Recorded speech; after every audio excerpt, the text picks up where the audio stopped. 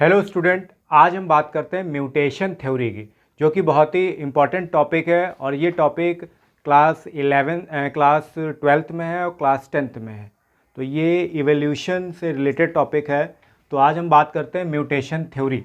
तो mutation theory जो दी है, इस थ्योरी को किसने दिया था? ह्यूगो डिवेरिस ने दिया था। इसलिए ह्यूगो डिवेरिस को हम लोग फादर ऑफ म्यूटेशन थ्योरी के नाम से जानते हैं। ह्यूगो डिवेरिस ने क्या किया, एक बुक लिखी। इनकी बुक का नाम था म्यूटेशन थ्योरी ऑफ इवोल्यूशन। ये बुक किसने लिखी है? ह्यूगो डिवेरिस ने लिखी है। ये ऑब्जेक्टिव क्वेश्चन बहुत पूछा जाता है, तो बुक का नाम याद रखेंगे। और फादर ऑफ म्यूटेशन थ्योरी किसको कहा जाता है? ह्यूगो डिवेरिस। इनको याद रखेंगे, ठीक है। तो ह्यूगो डिवेरिस जो थे, इन्होंने मेंडल के एक्सपेरिमेंट को रिडिस्कवर्ड किया था, तो जैसा कि आप जानते होंगे। और इन्होंने म्यूटेशन थ्योरी पर भी बहुत वर्क किया है। तो हम आज जानते हैं कि म्यूटेशन थ्योरी है क्या, what is a mutation theory.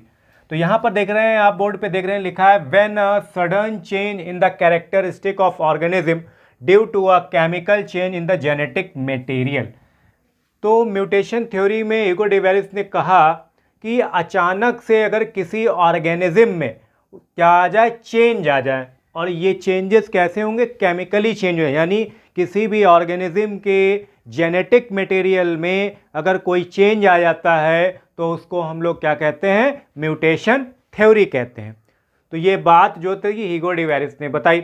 Mutation theory के अगर हम टाइप की बात करें तो 3 टाइप्स होते हैं। तो थ्योरी के कितने पार्ट हैं? 3 टाइप्स हैं, 3 हैं। तो पहला है गैमेटिक, दूसरा है जाइगोटिक और तीसरा है सोमेटिक, यानी 3 ये पार्ट दिए हुए हैं। तो गैमेटिक में आप देख रहे हैं, गैमेटिक में एक वर्ड छुपा है, गैमेट। और गैमेट कौन से होते हैं? हमारे शरीर में मेल गैमेट होते हैं, फीमेल गैमेट, यानी स्पर्म और ओवा, ये क्या होते हैं? हमारे गैमेट्स होते हैं। तो यहाँ पर गैमेटिक दे रखा, तो इन्होंने गैमेटिक का मतलब क्या है? जब गैमेटोजेनेसिस प्रोसेस होगा ह्यूमन बीइंग की बॉडी में, गैमेटोजेनेसिस प्रोसेस होगा, यानी गैमेट का जब फॉर्मेशन होगा, मेल में स्पर्म का फॉर्मेशन होगा, फीमेल में अगर ओवा का फॉर्मेशन होगा, अगर उसमें कोई चेंज आ रहा है उस टाइम, तो उस समय उस चेंज को क्या कहेंगे हम लोग? गैमेटिक बोलेंगे। और गैमेटिक जो होता है वो हमारा कैसा चेंज होता है? हेरिटेबल होता है। एक जनरेशन से दूसरे जनरेशन जो है कैरेक्टर जो है गैमेट के फॉर्म में ट्रांसफर होते हैं, इसलिए उसको हम लोग क्या कहते हैं? गैमेट कहते हैं, गैमेटिक कहते हैं। दूसरा है हमारा जाइगोटिक। जाइगोटिक में वर्ड छुपा है जाइगोट। तो क्या लिखा है? Which occur during the first cleavage of zygote. जब, क्या आपको पता होगा, जब मेल गैमेट फीमेल गैमेट आपस में एक दूसरे को जब फ्यूज करते हैं, फ्यूज करने के बाद क्या होता है? जाइगोट बनता है। और जाइगोट में जब डिवीजन होगा और तब उसमें जो चेंज आएगा तो उसको क्या कहा जाएगा? जाइगोटिक कहा जाएगा। म्यूटेशन थ्योरी का ये जो टाइप है, ये क्या कहलाएगा? जाइगोटिक कहलाएगा। और ये भी हमारा क्या होता है? हेरिटेबल होता है, यानी एक जनरेशन से दूसरी जनरेशन भी क्या होता है? ये कैरेक्टर का ट्रांसफर होता है। थर्ड है हमारा सोमेटिक। तो सोमेटिक वाला जो दिया लिखा है, which occur in adult body any time before death.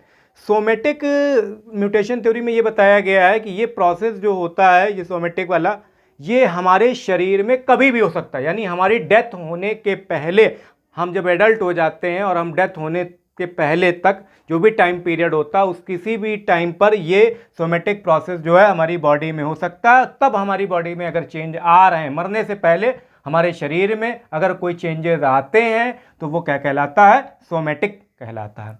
अब बात कर लेते हैं इसके कॉजेस के।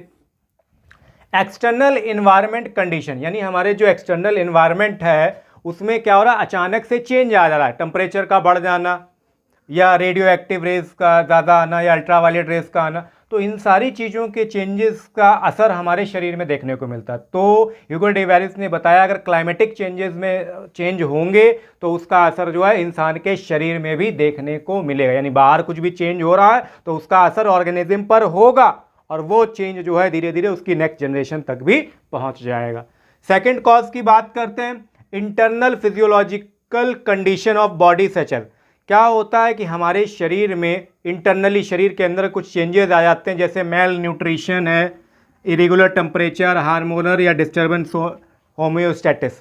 कहने का मतलब ये है कि हमारे शरीर के अंदर अगर किसी भी मिनरल की, विटामिन की, न्यूट्रिएंट की अगर कमी हो जाती है तो अंदर से अंदर ही क्या हो जाते हैं? कमज़ोर हो जाते हैं। तब भी हमारे शरीर में चेंज आएगा, और ऐसे ही अगर रहा तो हमारी नेक्स्ट जनरेशन में भी चेंज आने की संभावना रहती है। इसके अलावा हमारी बॉडी का इरेगुलर टेम्परेचर का बढ़ना, कभी घटना कभी बढ़ना लगा रहता है। हमारे शरीर में हार्मोनल चेंज जल्दी होते हैं या देर से होते हैं, तो इसका भी असर जो है हमारी जनरेशन में देखने को मिलता है। ये भी क्या है, एक तरह के चेंजेस हैं। तो ये डिस्टर्ब होम्योस्टेटिस का बताया कि यानी हमारे शरीर के अंदर क्या होता है, बाहर के एनवायरनमेंट के अकॉर्डिंग इंटरनल में जो चेंजेस आ जाते हैं। तो ये इंटरनली शरीर के अंदर चेंजेस आ रहे हैं या एक्सटर्नली बाहर से चेंजेस आ रहे हैं। तो ये कुल मिला के जो चेंजेस होते हैं ये इंसान के अंदर चेंजेस आ जाते हैं, और यही चेंजेस जो है उसके नेक्स्ट जनरेशन में भी ट्रांसफ़र होते हैं। तो म्यूटेशन थ्योरी जो थी ये ज़्यादा सक्सेसफुल नहीं हो पाई। तो इसके जो क्रिटिसिज्म्स हैं, या ये कहें कि ये क्यों नहीं चर्चा का विषय बन पाई और ये बहुत अच्छी थ्योरी नहीं बन पाई, ये एक्सप्लेन नहीं कर पाए। तो इसमें पहला ये है कि theory does not explain the role of nature. Hugo de Vries ने क्या किया, नेचर के रोल को एक्सप्लेन नहीं किया अपनी थ्योरी में। तो ये एक बहुत बड़ा कारण था कि म्यूटेशन थ्योरी जो है ज़्यादा सक्सेसफुल नहीं हो पाई। दूसरी चीज़ है, म्यूटेशन जो होता है वो हमेशा निगेटिव होता है। तो इसमें कहा गया most of the mutation are negative. तो ये म्यूटेशन कैसा होता है, निगेटिव ज़्यादातर होता है। तो ये एक कारण रहा जिसकी वजह से म्यूटेशन थ्योरी जो है वो सक्सेसफुल नहीं हो पाई। उसके अलावा इसमें ह्यूगो डेवेरिस ने कहा कि नेचुरल म्यूटेशन जो है वो मायने ज़्यादा नहीं रखता, उन्होंने ऐसा भी कहा। तो इस वजह से ये थ्योरी जो है ज़्यादा सक्सेसफुल नहीं हो पाई। तो आपको इसमें क्या करना है, इनके बुक का नाम, कौन फादर है, कौन क्या डेफिनेशन, इनके टाइप पर ज़्यादा आपको फोकस करना है।